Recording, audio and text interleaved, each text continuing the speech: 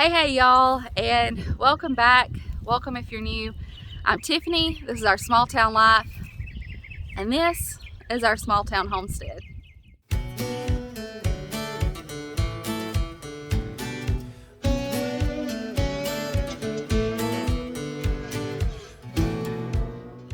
And the wind is blowing. I'm trying to hide from the wind, and the birds are singing, so I hope you can hear me. There's also already pollen all over the lens of the camera. But a little bit of backstory for you, in case you are new, and kind of just to catch you up to speed so I can share what I'm going to share today. My husband Justin and myself and our 4 kiddos, we just moved out here to this little bit of land that we've got big dreams for. We put a double wide mobile home out here, and we want to turn this into our own 1 acre homestead. And today I want to share with you a little bit more about how this came to be. This hasn't always been my dream. It's something I would have always enjoyed, but it's not necessarily always been my dream or my goal. So I want to talk to you a little bit about how this came to be. And I also want to talk to you about, and I almost dread saying the words because they stir up fear sometimes, and that's not my intentions. I don't think we're called to live in a spirit of fear, and you don't need to fear as long as you're educated and you're prepared. But I want to talk to you a little bit about being prepared, why you would want to be prepared, and different ways to be prepared. And I may not say exactly what you think I'm going to say. I may. So hear me out. So in order to get into our story and reasons why you'd want to be prepared, and there's kids running around playing, they're having a good time, you'll probably hear them. But in order to get into our story, I want to share with you a little bit about reasons why you would want to be prepared. And I had a comment left on a video and it was an older grocery haul.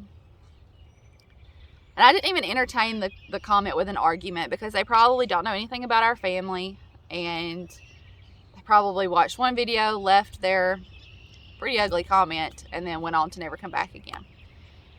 But one of the things they said was that I was whining about grocery store prices and shortages in the grocery store.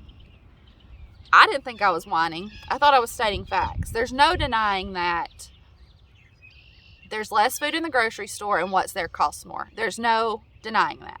It's right in front of our face. And it's going to get worse before it gets better. There are people who understand the numbers even better than I do, and they're saying with 100% confidence that it's going to get worse before it gets better. Our president here in the United States said just a few days ago, the food shortages are real. It's real for us here in our country. It's real in other countries. Imported foods are going to be more difficult to get. Foods grown here. I know sometimes people, without even meaning to, sometimes they separate the food that they get at the grocery store from how it got there. Fertilizer has almost tripled in price from last year. So in order to grow the crops, it's costing the farmer more. It impacts the whole supply chain and the logistics of getting that food to the store, getting that food to the consumer, so that you can buy it at the store. It's going to get worse before it gets better. And I don't want to stir up fear. It's impossible for me to separate this topic from my beliefs.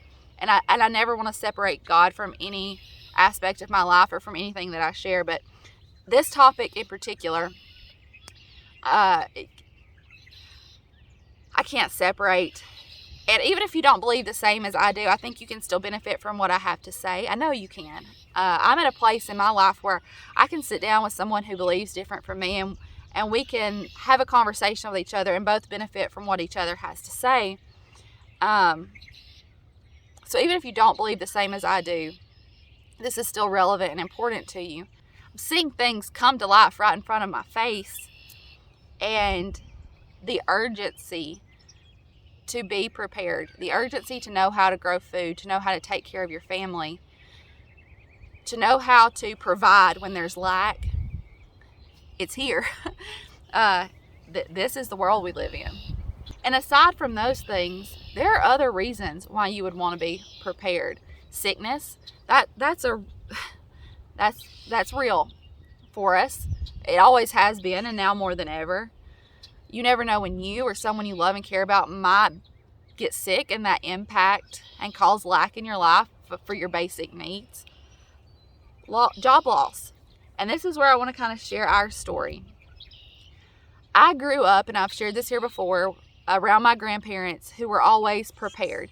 They grew a large garden. They preserved food for them. They preserved food and shared it with our family and with their community.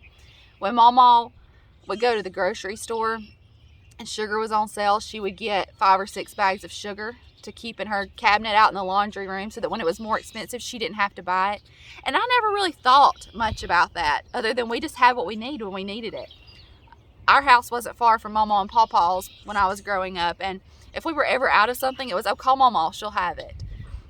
But I never really put 2 and 2 together of why she always had it.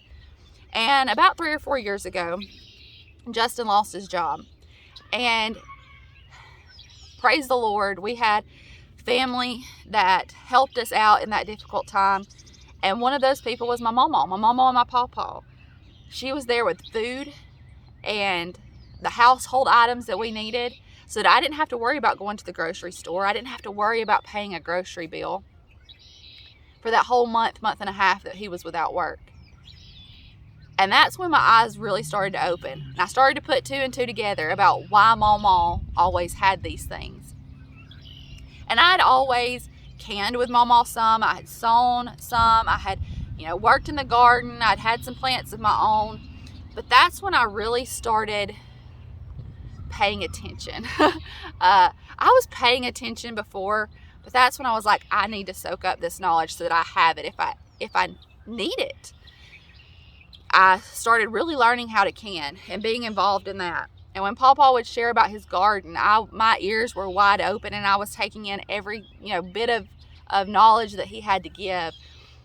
And I was sewing more and asking Mama questions about sewing and hearing their stories and other people around me and really trying to soak in that information. Milk goats and meat chickens and laying hens and 1 acre gardens, that was not really my thought process in the beginning. It was more of just soaking up the knowledge. When I would go to the grocery, and I started to put those things into practice more, but when I go to the grocery store, I would spend an extra $2 or $3 and get some extra canned foods, dried beans, dried rice, tuna, Spam, and have those things in a little cabinet in case we ever needed them. I think we all have, and I've been intentional about leaving space in our new home for our canned foods, for our dried foods and dried goods, and other household items that we're going to keep stocked up. But I think everybody's probably got a cabinet they could clean out and every week or so just start putting some extra things in there. You'll never regret being prepared for a time when your family might need it. So it doesn't have to look like these things that we've got going on for you. It can look different. It can look like buying a few extra things at the grocery store. But let me encourage you to hear the knowledge that other people have. That's one reason why I have this YouTube channel, is because I love you enough to want to share our experiences with you so that you can have that knowledge as well. I'm thankful that Mama didn't let the knowledge and the skills that she had die with her. I'm thankful that my pawpaw is intentional about sharing about gardening and those things with us. I'm thankful that other people in my life share the knowledge and the skill sets that they have with me. And I want to do the same thing for my kids and for my grandkids and for you. I think that times are going to get more difficult for us. I believe that. But my children may experience harder times. My grandchildren may experience harder times. Your children and your grandchildren may experience harder times. And what's it going to be like for them if I don't pass the knowledge that I have on? Even if you start small like I did, even if it's just buying those few extra things at the grocery store, learning how to grow some of your own food, having the knowledge in your mind about how to raise meat chickens or milk a goat, that's a solid beginning.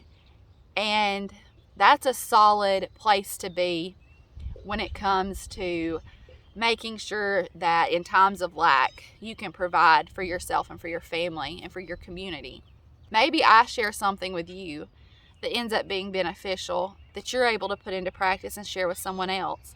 And then they're able to put it into practice and share it with someone else. And then when we can't justify spending the amount of money that it might take to buy food for our family at the grocery store, we can put some seeds in the ground in our backyard and have food and not experience that lack. So I don't share with you today, I don't share our story or what's on my heart to stir a spirit of fear, because I don't think that's what we're called to. I don't think we're called to live in a spirit of fear. But I love you too much to sugarcoat it. I love you too much to not share my heart with you. It's happening right in front of our eyes. I've been there. I've experienced times of lack where I needed people who were prepared to help me out. And rest assured, you will never regret being prepared to take care of your family. You'll never regret having skills that you can share with your community to help them out in their time of need.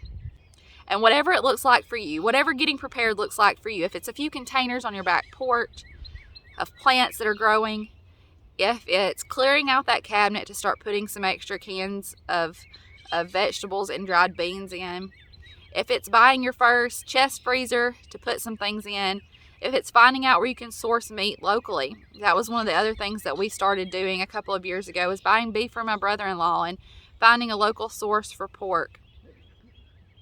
Whatever it looks like for you, if it's buying milk goats and meat chickens and growing a large garden, whatever it is, I'm here cheering you on. I am here. I am your support. I'm your support system. I am your cheerleading squad, and you can do it. Don't feel like you're not qualified. I love you. I appreciate you. And I'll see you in the next one. Bye, y'all.